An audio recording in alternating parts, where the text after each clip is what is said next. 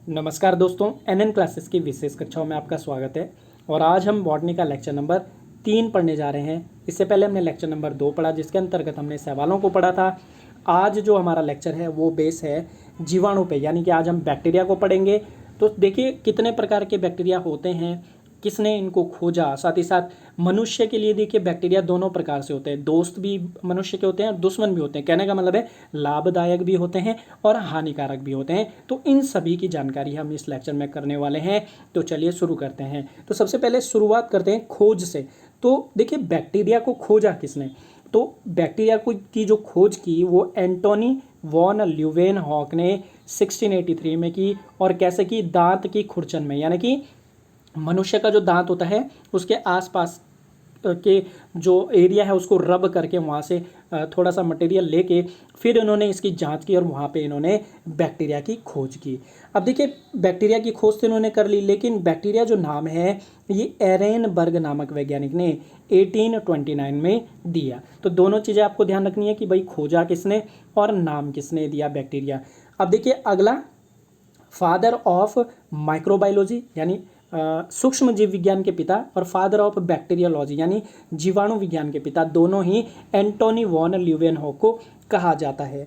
अगला है father of modern bacteriology, यानी कि आधुनिक जीवाणु विज्ञान के जो फादर हैं वो कौन है, वो रॉबर्ट कोच हैं। तो इसको ध्यान रखिएगा, मोस्ट इंपॉर्टेंट है कि मॉडर्न बैक्टीरियोलॉजी यानी आधुनिक जीवाणु विज्ञान के पिता कौन है, रॉबर्ट कोच हैं। क्यों हैं तो अभी हम जानेंगे। साथ ही साथ फादर ऑफ मॉडर्न माइक्रोबायोलॉजी यानी कि आधुनिक सूक्ष्म जीव विज्ञान के जो फादर हैं वो कौन है, लुई पास्चर है। तो देखिए लुई पास्चर को आप जानते हैं, इन्होंने पास्चुराइजेशन दिया, इसीलिए इनको कहते हैं the father of modern microbiology. अब देखिए जो जो रॉबर्ट कोच है इन्होंने क्या चीज़ें की, तो देखिए रॉबर्ट कोच ने पशुओं में एंथ्रेक्स, मनुष्य में हैजा और टीबी रोग का जो कारण है वो बैक्टीरिया को बताया। और साथ ही साथ इन्होंने जर्म थ्योरी ऑफ डिजीज दी, यानी रोगाणुओं द्वारा रोग का सिद्धांत, इसीलिए इन्हें the father of modern bacteriology कहा जाता है। ये आपको जरूर से ध्यान रखना है, क्योंकि बहुत बार पूछा जाता है कि जर्म थ्योरी ऑफ डिजीज किसने दी थी, तो किसने दी थी, रॉबर्ट कोच ने दी थी। इसके बाद देखिए जोसेफ लिस्टर एक वैज्ञानिक थे, इन्होंने प्रतिरोधी मत दिया यानी एंटीसेप्टिक थ्योरी दी।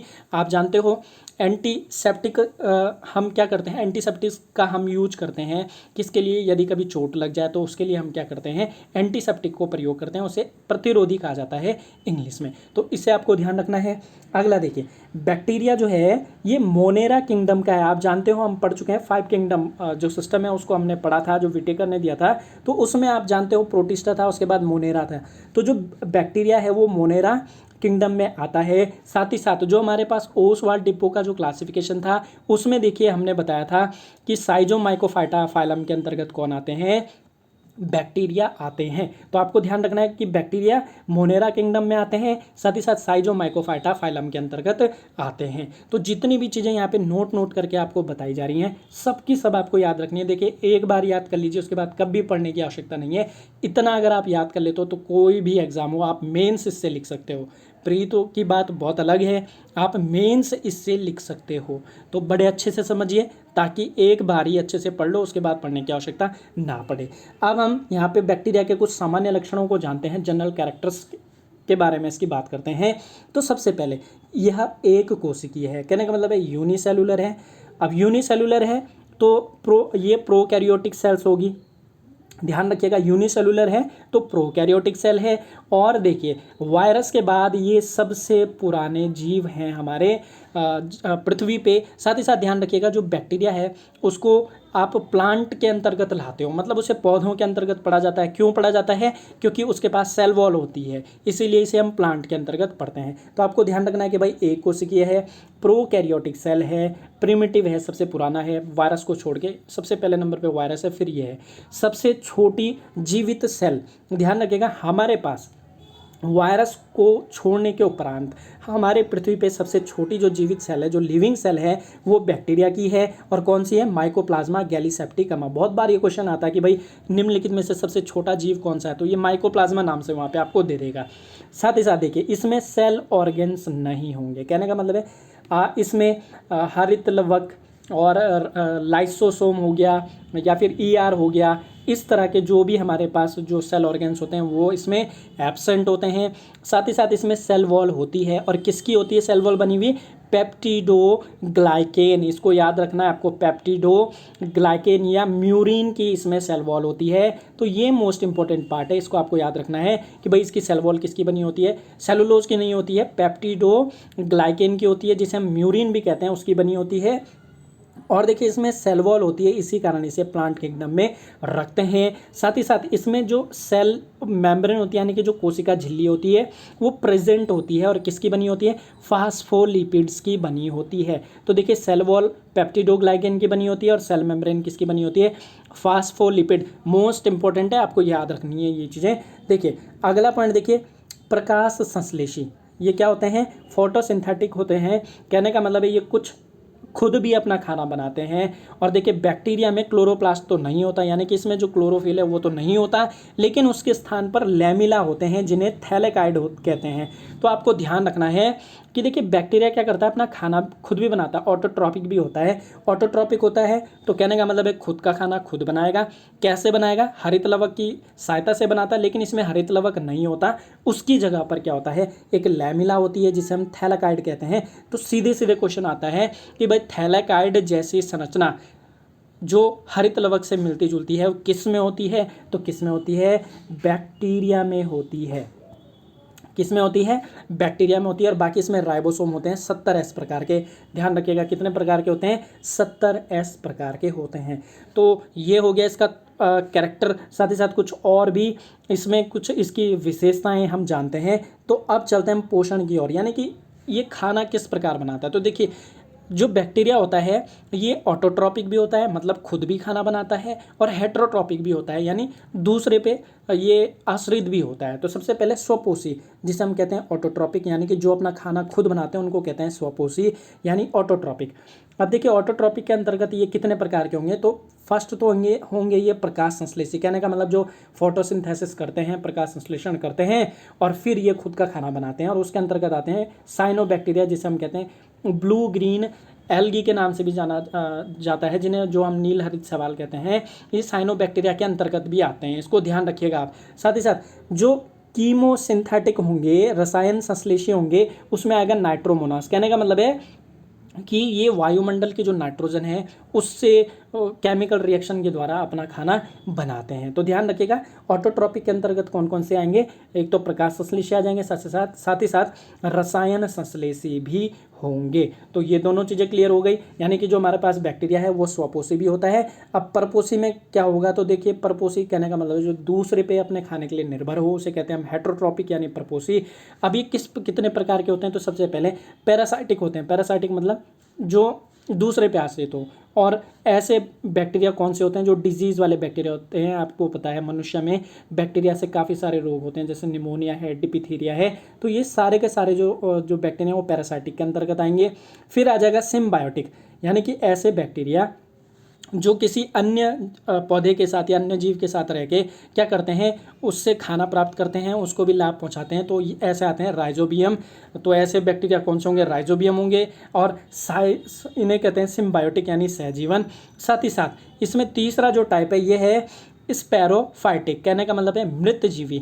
ऐसे बैक्टीरिया जो मृत पदार्थों पर आश्रित होते हैं, उनसे अपना खाना क्या करते हैं? ग्रहण करते हैं। ये किसके अंतर्गत आएंगे? मृत जीवी यानी स्पैरोफाइट के अंतर्गत आएंगे। तो ये आपको ध्यान रखना है कि भाई सीधे सीधे आपके पास क्वेश्चन आएगा भाई कि बैक्टीरिया पोषण किन माध्यम से करता है। तो ये ऑटोट्रॉपिक भी होते हैं और हेट्रोट्रॉपिक भी होते हैं। तो ये आपको क्लियर हो गया होगा, तो इसे आप ध्यान रखिए। अब चलते हैं हम रिप्रोडक्शन की ओर। तो देखिए बैक्टीरिया में मुख्यतः तीनों तरह के रिप्रोडक्शन पाए जाते हैं। वेजिटेटिव भी होता है, एसेक्सुअल रिप्रोडक्शन भी होता है, सेक्सुअल रिप्रोडक्शन भी होता है। लेकिन देखिए सबसे इंपॉर्टेंट इसमें अलैंगिक जनन होता है।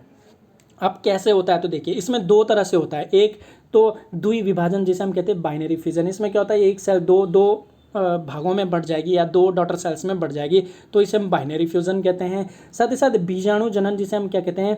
स्पोरो रिप्रोडक्शन। तो बीजाणु जनन का मतलब है स्पोर्स के द्वारा, बीज के द्वारा ये क्या करते हैं? रिप्रोडक्शन यानी नई सेल को बनाते हैं। तो ध्यान रखिएगा क्वेश्चन सीधे सीधे ऐसे आता है कि भाई कौन सा जीव बीजाणु के द्वारा नए जीव को उत्पन्न करता है तो कौन करता है, बैक्टीरिया करता है। तो ये चीज़ आपको ध्यान रखनी है। ए सेक्सुअल जो रिप्रोडक्शन है उसके अंतर्गत क्या आ जाएगा, आपका बाइनरी फिजन आ जाएगा और स्पोरो रिप्रोडक्शन आ जाएगा। अब लैंगिक जनन के अंतर्गत इसमें काफ़ी सारी चीज़ें हैं यहाँ पे जो आपको समझनी है। तो देखिए सेक्सुअल जो रिप्रोडक्शन इसमें होता है ये 3 तरह से होता है। सबसे पहले होता है संयुग्मन, जिसे हम क्या कहते हैं, कंजुगेशन कहते हैं। सेकंड इसमें है पारक्रमण, जिसे हम क्या कहते हैं, ट्रांसडक्शन कहते हैं। और थर्ड होता है इसमें रूपांतरण, जिसे हम कहते हैं ट्रांसफॉर्मेशन। तो ध्यान रखिए लैंगिक जनन जो होगा सेक्सुअल रिप्रोडक्शन में सबसे पहले होगा कंजुगेशन। कंजुगेशन यानी संयुग्मन में क्या होता है, इसका डीएनए एक्सचेंज होता है। कहने का मतलब है कि डीएनए को क्या करेगा, ये एक्सचेंज करेगा और नई सेल को बना देगा। साथ ही साथ दूसरा जो है पारक्रमण, जिसे हम कहते हैं ट्रांसडक्शन। इसमें क्या होता है कि बैक्टीरिया का जो जीन है वो वायरस के द्वारा दूसरे बैक्टीरिया तक पहुंचाया जाता है और फिर जाके नया बैक्टीरिया वहाँ पर बनता है। ध्यान रखिए वायरस के द्वारा इस बैक्टीरिया का जीन एक जगह से दूसरे बैक्टीरिया के पास पहुंचाया जाता है, फिर आपका नया बैक्टीरिया बनता है, इसे हम कहते हैं पारक्रमण। और थर्ड है रूपांतरण, जिसे कहते हैं हम ट्रांसफॉर्मेशन। इसमें क्या होता है कि बैक्टीरिया क्या कर लेता है, बाहर से किसी भी डीएनए को एब्जॉर्व कर लेता है और नए बैक्टीरिया को बना लेता है, तो इसे कहते हैं रूपांतरण। तो ध्यान रखिएगा आपके पास जो पशुधन प्रसार अधिकारी की जो तैयारी कर रहे हैं उनके पास ये क्वेश्चन आ सकता है डीप वाला, इसमें से कोई भी क्वेश्चन आ सकता है। बाकी वन दरोगा में इतना डीप नहीं आएगा, उसमें सिर्फ यही आएगा कि भाई निम्नलिखित में से किस माध्यम से बैक्टीरिया जनन करता है, तो वहाँ पे बीजाणु जनन आ जाएगा आपका, स्पोरो रिप्रोडक्शन, तो उसको ध्यान रखिएगा, वो ज़्यादा इंपॉर्टेंट है। बाकी पशुधन प्रसार अधिकारी वालों को सारी चीज़ें याद करनी है जितनी भी यहाँ पर बताई जा रही है। अब देखिए आकृति पे चलते हैं कि भाई जो बैक्टीरिया है उसकी आकृति कितने प्रकार की होती है। तो देखिए 4 प्रकार के बैक्टीरिया होते हैं आकृति के अनुसार, रूप के अनुसार। तो सबसे पहले आता है हमारे पास छड़ाकार, जिसे हम कहते हैं रॉड शेप, और या फिर इसे बेलनाकार भी बोलते हैं, बेलन जैसा। और जो छड़ाकार जो होते हैं उसके अंतर्गत जो बैक्टीरिया आते हैं वो बैसिलस होते हैं, जैसे लैक्टोबैसिलस होता है। तो वो कैसा बैक्टीरिया है, छड़ाकार है यानी बेलनाकार है, और उसकी आकृति यहाँ पर कुछ इस तरह से दी गई है। साथ ही साथ ये क्या होते हैं, ये समूह में रहते हैं, इसको आपको ध्यान रखना है, ये ग्रुप में रहते हैं। दूसरा गोलाकार, गोलाकार को कहते हैं कोकस, क्या कहते हैं, कोकस, या फिर राउंड शेप कहते हैं। बाकी देखिए ये बैक्टीरिया बिल्कुल ऐसे राउंड शेप में होते हैं। अगला आकार है सर्पिलाकार, जिसे हम क्या कहते हैं, स्पाइरलम कहते हैं। स्पाइरलम का मतलब है जो सांप की तरह हो, तो ऐसे बैक्टीरिया सर्पिलाकार होते हैं। साथ ही साथ कौमा आकार, तो कौमा आकार मतलब जो कौमा के जैसे होते हैं, तो वो सारे बैक्टीरिया किसके अंतर्गत आते हैं, कौमा शेप्ड के अंतर्गत आते हैं। तो ध्यान रखिएगा कि बैक्टीरिया आकृति के आधार पर कितने प्रकार के होते हैं, 4 प्रकार के होते हैं। तो ये चीज़ आपको ध्यान रखनी है। और साथ ही साथ इसको ध्यान रखिएगा, यहाँ पर क्वेश्चन सीधे पूछा जाएगा कि भाई जो रॉड शेप है, जो छड़ाकार जो बैक्टीरिया है, उनके अंतर्गत कौन से आते हैं, तो बैसिलस आते हैं। और गोलाकार के अंतर्गत कौन से आते हैं, तो कोकस आते हैं। तो ये चीज़ आपको ध्यान रखनी है। चलिए अब यहाँ पर जो अगला जो टॉपिक है ये मोस्ट इंपॉर्टेंट है। देखिए एक वैज्ञानिक हुए हैंस क्रिस्टियन ग्राम, तो इन्होंने बैक्टीरिया को 2 तरह से बांटा। कैसे बांटा, एक ग्राम पॉजिटिव और एक ग्राम नेगेटिव। देखिए यहाँ ये बहुत इंपॉर्टेंट है। अब देखिए जो ग्राम पॉजिटिव और ग्राम नेगेटिव जो है, इनमें क्या चीज़ें अलग हैं, क्या इनमें फ़र्क है, उसको जानते हैं। तो जो ग्राम पॉजिटिव होते हैं उनकी सेल वॉल मोटी होती है। ध्यान रखिए क्या होती है, सेल वॉल बहुत मोटी होती है, लेयर्स में होती है, बहुत मोटी होती है। लेकिन जो ग्राम नेगेटिव जो बैक्टीरिया होते हैं उनकी जो सेल वॉल होती है वो बहुत ज़्यादा पतली होती है, बहुत ज़्यादा थिन होती है। तो इसको आपको पहला पॉइंट आपको ध्यान रखना है। अगला, जो ग्राम पॉजिटिव जो बैक्टीरिया होते हैं उनमें टिकोइक एसिड प्रेजेंट होता है। Most important, teichoic acid present. लेकिन जो ग्राम नेगेटिव जो बैक्टीरिया होते हैं उनमें टिकोइक एसिड क्या होता है, एब्सेंट होता है। तो सीधे सीधे क्वेश्चन आता है कि भाई निम्नलिखित में से किन बैक्टीरिया में टिकोइक एसिड एब्सेंट होता है, तो किस में होता है, ग्राम नेगेटिव में। और किस में आपका प्रेजेंट होता है, तो ग्राम पॉजिटिव में प्रेजेंट होता है। अगला मोस्ट इंपॉर्टेंट पॉइंट, देखिए जो ग्राम पॉजिटिव जो आपके बैक्टीरिया होते हैं, अगर आप एंटीबायोटिक लोगे तो उससे वो ख़त्म हो जाएगा। लेकिन जो ग्राम नेगेटिव जो बैक्टीरिया है वो एंटीबायोटिक से भी ख़त्म नहीं होते। इसलिए हमारे लिए ग्राम नेगेटिव वाले जो बैक्टीरिया हैं ये ज़्यादा हानिकारक हैं, क्योंकि अगर इनसे जो भी रोग होगा वो जल्दी से सही नहीं होगा, क्योंकि इस पर असर ही नहीं होगा अगर आप एंटीबायोटिक भी लेते हो। तो ये हो गए आपके बैक्टीरिया के सामान्य लक्षण। अब हम चलते हैं जो बैक्टीरिया के कुछ लाभ और कुछ हानिकारक चीज़ों पे। तो सबसे पहले हम पढ़ेंगे कि भाई बैक्टीरिया किस तरह से लाभदायी है मनुष्य के लिए। तो सबसे पहला पॉइंट और सबसे मोस्ट इम्पॉर्टेंट पार्ट, कृषि में। अब देखिए कृषि में, एग्रीकल्चर में ये किस तरह से लाभदायी होते हैं। तो सबसे पहले हमारे पास आता है राइजोबियम लेग्यूमिनोसेरम। राइजोबियम लेग्यूमिनोसेरम। अब देखिए ये बैक्टीरिया क्या करता है, किसके साथ ये रहता है। ये देखिए सबसे पहले तो ये सिम्बायोटिक होता है, यानी अब कैसे सिम्बायोटिक मैं आपको बता चुका हूँ। ये किसी के साथ रहेगा और फिर उसको लाभ पहुँचाएगा। अब देखिए लेग्यूमिनोसी यानी जिसे जो होती है हमारे पास पल्स फैमिली यानी दाल की जो परिवार होता है, लेग्यूमिनोसी फैमिली के प्लांट की जड़ों में लैग हीमोग्लोबिन नामक रेड पिगमेंट के साथ मिलकर यह वायुमंडल की नाइट्रोजन को भूमि में फिक्स करता है। और किस रूप में करता है, नाइट्रेट के रूप में करता है। कहने का मतलब है कि आप मटर का जो पौधा है उसकी जड़ में एक पिगमेंट होती है, रेड पिगमेंट, जिसे हम कहते हैं लैग हीमोग्लोबिन। तो लैग हीमोग्लोबिन के साथ साथ वहाँ पे एक बैक्टीरिया भी रहता है राइजोबियम। और ये राइजोबियम इस लैग हीमोग्लोबिन की सहायता से क्या करता है कि जो हमारे पास स्वतंत्र नाइट्रोजन है, आप जानते हो हमारे पास लगभग 78% नाइट्रोजन है, तो उसको क्या करेगा, एब्जॉर्व करेगा और भूमि में उसको नाइट्रेट के रूप में क्या कर देगा, फिक्स कर देगा। और नाइट्रेट के रूप में फिक्स करेगा तो प्लांट उसको क्या करेंगे, एब्जॉर्व करेंगे और फिर आपकी फसल अच्छी होगी। अब यहाँ पे क्वेश्चन आपका किस तरह से बनता है मैं आपको बता देता हूँ। सबसे पहले तो यही बनेगा कि भाई कौन सा बैक्टीरिया नाइट्रोजन फिक्सेशन करता है लेग्यूमिनोसी कुल में। तो राइजोबियम लेग्यूमिनोसोरम पहला ये हो गया। दूसरा कि भाई जो लेग्यूमिनोसी जो फैमिली है उनके जो प्लांट है उनकी जड़ों में कौन क्या होता है, तो हीमोग्लोबिन होता है। और इसके साथ मिलकर ये बैक्टीरिया क्या करता है, नाइट्रोजन को नाइट्रेट में क्या करता है, स्टेबल करता है और फिर उसे प्लांट एब्जॉर्व करते हैं।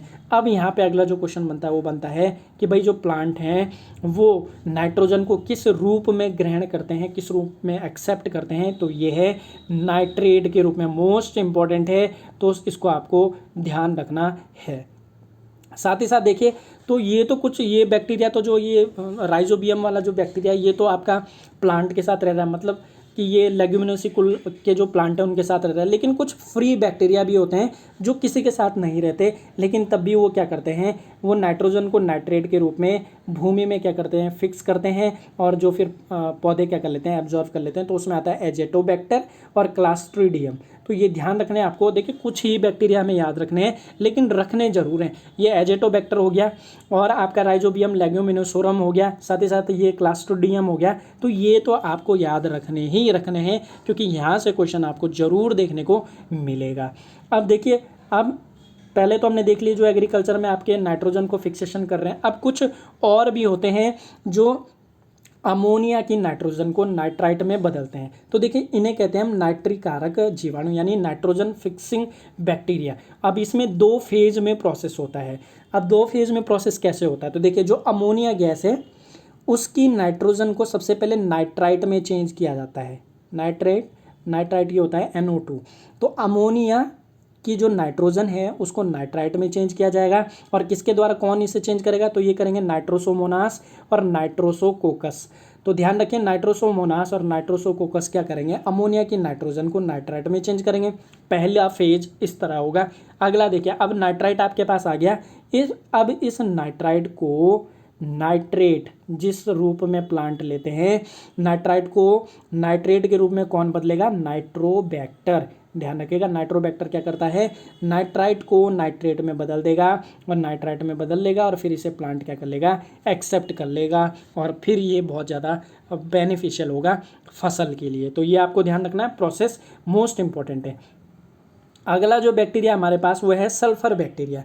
अब देखिए सल्फर बैक्टीरिया का नाम है थायोबैसिलस। अब ये क्या करता है, देखिए सड़ा गला हुआ जो प्रोडक्ट होता है, कोई भी हो, चाहे कोई जीव हो, कोई प्लांट हो, उसकी प्रोटीन जब सड़ती है तो उसमें एक बैक्टीरिया आता है, कौन सा, थायोबैसिलस। वो क्या करता है, हाइड्रोजन सल्फाइड में पहले तो ये प्रोटीन को चेंज कर देगा।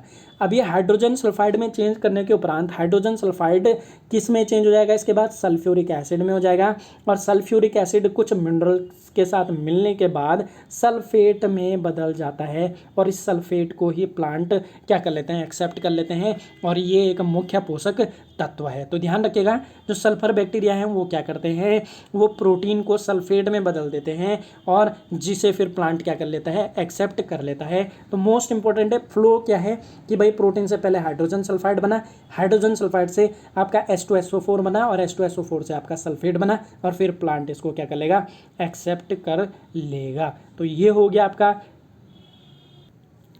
चलिए अब अगले लाभ पर पहुंच जाते हैं। तो अगला जो देखिए बैक्टीरिया जो लाभदायक है वो है डेयरी उद्योग में, यानी इन डेयरी। तो देखिए डेयरी में इसका क्या यूज़ होता है, तो आप सब जानते हो कि दूध को दही में जो चेंज करता है वो बैक्टीरिया ही करता है। अब कैसे करता है उस प्रोसेस को हम जानेंगे, साथ ही साथ पनीर जो बनती है, मक्खन जो बनता है, ये सारी की सारी क्रियाएं बैक्टीरिया के द्वारा ही होती हैं। तो चलिए इसको जानते हैं। तो देखिए दूध की शुगर, आप जानते हो दूध की जो शुगर होती है वो होती है लैक्टोज।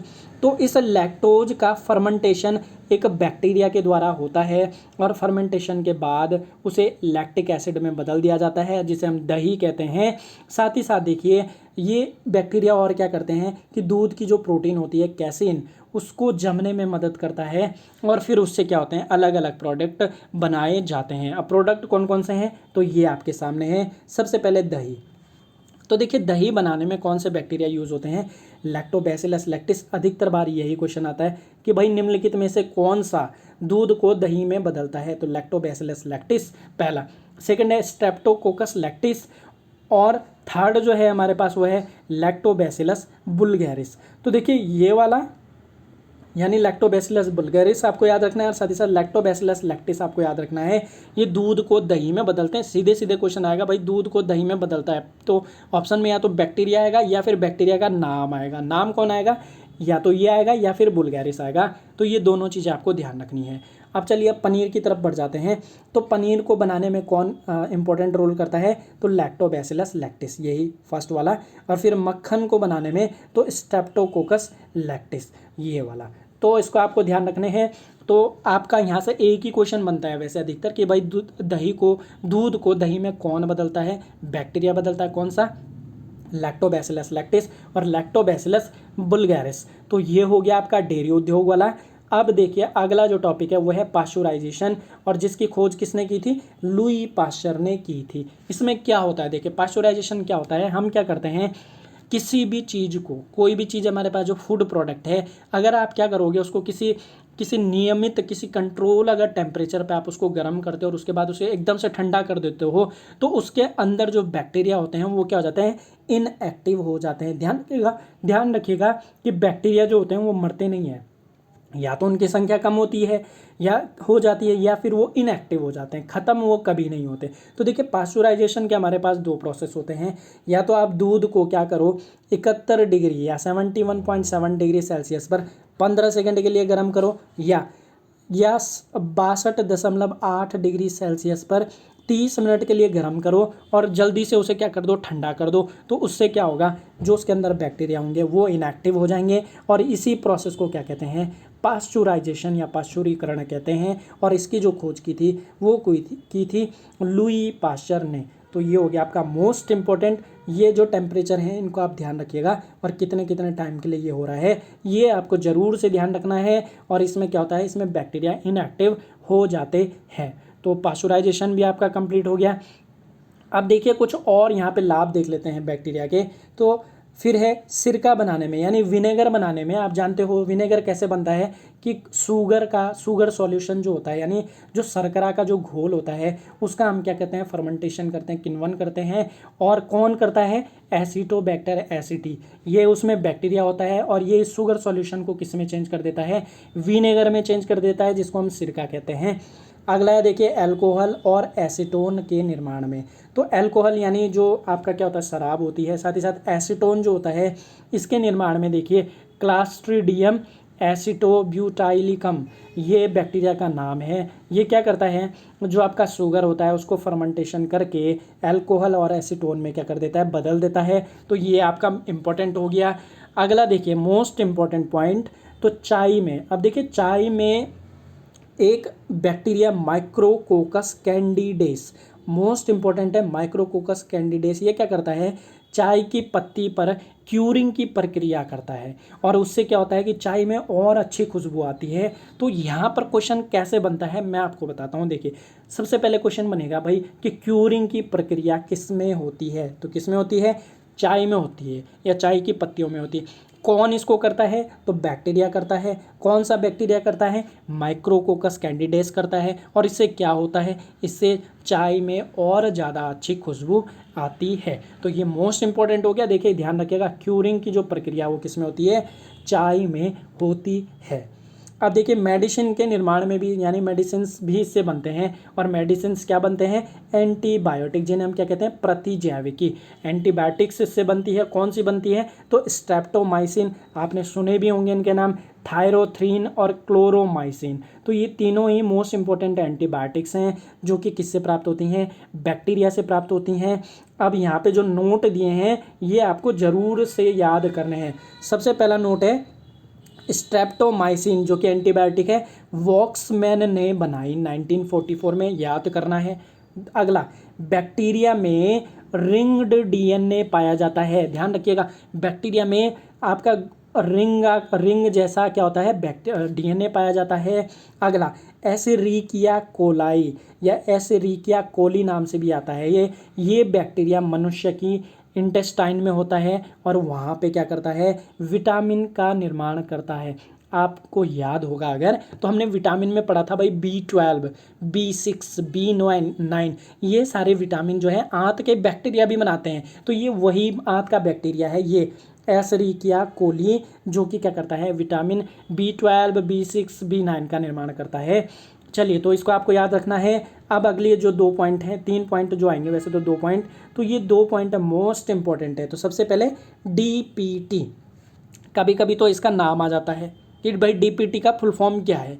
कभी कभी आता है कि DPT क्या है, तो DPT देखिए एक वैक्सीन है जो बैक्टीरिया से होने वाले डिजीज़ के रोकथाम के लिए लगाई जाती है। और इस DPT की वैक्सीन में कौन कौन से आपको रोगों से बचाव होगा, सबसे पहले डिप्थीरिया, दूसरा है पर्टोसिस जिसे हम काली खांसी कहते हैं, और थर्ड है टिटनेस। तो बच्चों में ये टीका लगता है DPT का, और इससे ये 3 रोग, यानी एक टीका आप लगाओ और ये 3 रोग बच्चों को कभी नहीं होंगे। और ये जो टीका है ये बैक्टीरिया से ही बनाया जाता है, इसको भी ध्यान रखिएगा। यानी कि जो एंटीडोट भी होती है वो भी बैक्टीरिया से ही बनती है। अगला, जबकि ये तीनों रोग भी बैक्टीरिया से ही होते हैं, तो यहाँ पे क्या होता है, बैक्टीरिया को बैक्टीरिया के खिलाफ क्या कर देते हैं, खड़ा कर देते हैं, जिससे क्या होता है, ये तीनों रोग बच्चों में नहीं होते कभी भी जीवन काल में। अगला है BCG, most important, full form ध्यान रखिएगा। देखिए DPT भी ध्यान रखिएगा भाई, DPT में D क्या है, P क्या है और T क्या है। साथ ही साथ आप देखिए BCG क्या है, तो बैसिलस कैलमेटी ग्यूरिन, ध्यान रखिएगा, बैसिलस कैलमेटी ग्यूरिन। और ये देखिए ये TB का टीका है, जो ट्यूबरक्लोसिस होता है जिसे हम क्षय रोग भी कहते हैं, उसका ये टीका है और ये भी बैक्टीरिया से ही बनता है। तो आपके पास सीधे सीधे पहले तो इसका फुल फॉर्म आ सकता है। दूसरा आ सकता है भाई BCG किस लिए यूज होता है, तो ये TB का टीका है, TB से रोकथाम के लिए ये प्रयोग किया जाता है। चलिए अब अगला देखिए, अगला जो नोट दिया है ये है प्लाज्मिड और एपिसोम। ध्यान रखिएगा, हमारे पास जो जेनेटिक मटेरियल होता है वो क्या होता है, DNA होता है या फिर RNA होता है या फिर जीन होता है या फिर आपका क्रोमोसोम होगा, यही हमारे पास जेनेटिक मटेरियल होते हैं। लेकिन बैक्टीरिया के पास प्लाज्मिड और एपिसोम नाम से भी अतिरिक्त एक्स्ट्रा जेनेटिक मटेरियल्स होते हैं जो केवल और केवल बैक्टीरिया में होते हैं। तो मोस्ट इंपॉर्टेंट भाग है। सीधे सीधे क्वेश्चन पूछा जाएगा भाई निम्नलिखित में से प्लाज्मिड किस में होता है, एपिसोम किस में होता है, तो किस में होता है, बैक्टीरिया में होता है। मोस्ट इंपॉर्टेंट है। और देखिए यहाँ पे जितनी चीज़ें करवाई जा रही हैं एक बार पढ़ लीजिए, आगे कभी भी पढ़ने की आवश्यकता नहीं पड़ेगी, अपने आप में ये एक तरह का पूरा नोट्स है। चलिए अब हम चलते हैं कुछ हार्मफुल बैक्टीरिया की तरफ। कुछ हार्मफुल जो बैक्टीरिया हैं उनको हम यहाँ पे पढ़ेंगे। तो उनमें सबसे पहले आता है विनाइट्रीकरण बैक्टीरिया, यानी डीनाइट्रिफिकेशन बैक्टीरिया। अब देखिए कुछ बैक्टीरिया तो क्या कर रहे हैं कि भाई नाइट्रोजन को नाइट्राइट में बदल दे रहे हैं और फिर ये प्लांट के लिए बहुत ज़्यादा लाभदायक होता है नाइट्राइट। लेकिन कुछ बैक्टीरिया ऐसे होते हैं जो इस नाइट्राइट को वापस नाइट्रोजन में बदल देते हैं और इन्हीं बैक्टीरिया को कहते हैं डीनाइट्रिफिकेशन बैक्टीरिया यानी विनाइट्री कारक बैक्टीरिया। अब इनमें कौन कौन है? थायोबैसिलस और माइक्रोकोकस। ध्यान रखिएगा, थायोबैसिलस और माइक्रोकोकस ये क्या करते हैं? नाइट्रेट को नाइट्रोजन व अमोनिया में बदल देते हैं। यानी कि कुछ बैक्टीरिया तो अच्छा काम कर रहे हैं, उन्होंने क्या किया है, उन्होंने अमोनिया की जो नाइट्रोजन है उसको चेंज कर दिया नाइट्राइट में और फिर प्लांट के लिए वो लाभदायक हो गया। लेकिन कुछ क्या करते हैं कि भाई नाइट्रेट बनी हुई है, अच्छा प्रोडक्ट बना हुआ है, ये क्या करेंगे, उस नाइट्राइट को वापस नाइट्रोजन में चेंज कर देंगे और ये हानिकारक होता है। तो ध्यान रखिएगा, विनाइट्रीकरण में जो है, जो डीनाइट्रिफिकेशन में जो बैक्टीरिया आते हैं वो कौन आते हैं? थायोबैसिलस और माइक्रोकोकस। तो ये हो गया आपका। साथ ही साथ कुछ बैक्टीरिया क्या करते हैं, भोजन को ख़त्म कर देते हैं, स्पॉइलेज कर देते हैं। आप जानते हो अगर आप खाने को फ्रिज में ना रखो और कोई आप खाना बनाते हो तो वो एक दिन बाद उसमें क्या आ जाती है? स्मेल आ जाती है। वो किस वजह से आती है? वो आती है क्लास्ट्रीडियम बटुलिनम के द्वारा। यानी ये बैक्टीरिया उसमें उगाता है और ये फिर खाने को क्या कर देता है? खराब कर देता है।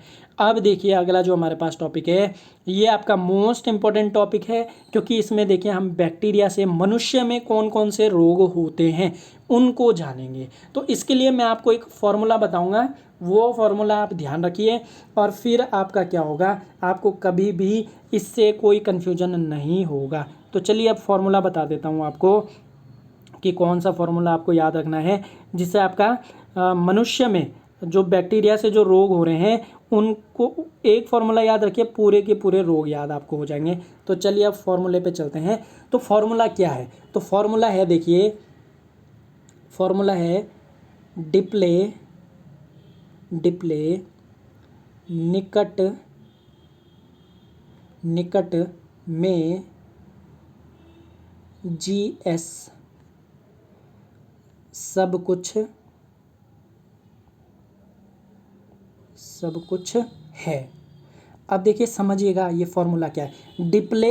डिप्ले निकट में GS, ये GS जो है ये एक ही रोग का नाम है लेकिन इसको GS आप ध्यान रखिए, GS सब कुछ है। तो सबसे पहले ये डी से हो गया आपका डिप्थीरिया, फिर आपका प्ले, इस प्ले से हो गया आपका प्लेग, फिर नी से हो गया आपका निमोनिया, फिर इस क से हो गया आपका काली खांसी, फिर इस ट से हो गया आपके दो रोग, टिटनेस जिसे हम धनुष टंकार रोग भी कहते हैं। ध्यान रखिएगा, बहुत बार क्वेश्चन पूछा जाता है भाई धनुष टंकार रोग कौन सा है, तो टिटनेस है।